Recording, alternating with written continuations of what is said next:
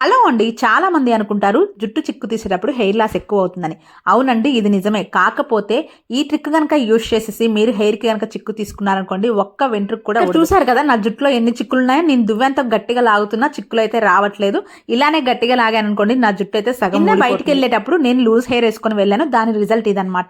So ఇప్పుడు నా జుట్టుకి చిక్కులు ఎలా తీస్తానంటే, ఫస్ట్ నా జుట్టునైతే 2 పాయలుగా సెపరేట్‌గా వేసుకుంటాను. తర్వాత నా చేతులతోనే ఈ విధంగా వీడియోలో చూపించినట్లు చిక్కులైతే తీసుకుంటున్నాను అనమాట. ఇక్కడ నేను ఎక్కడ కోంబ్ యూజ్ చేయట్లేదు.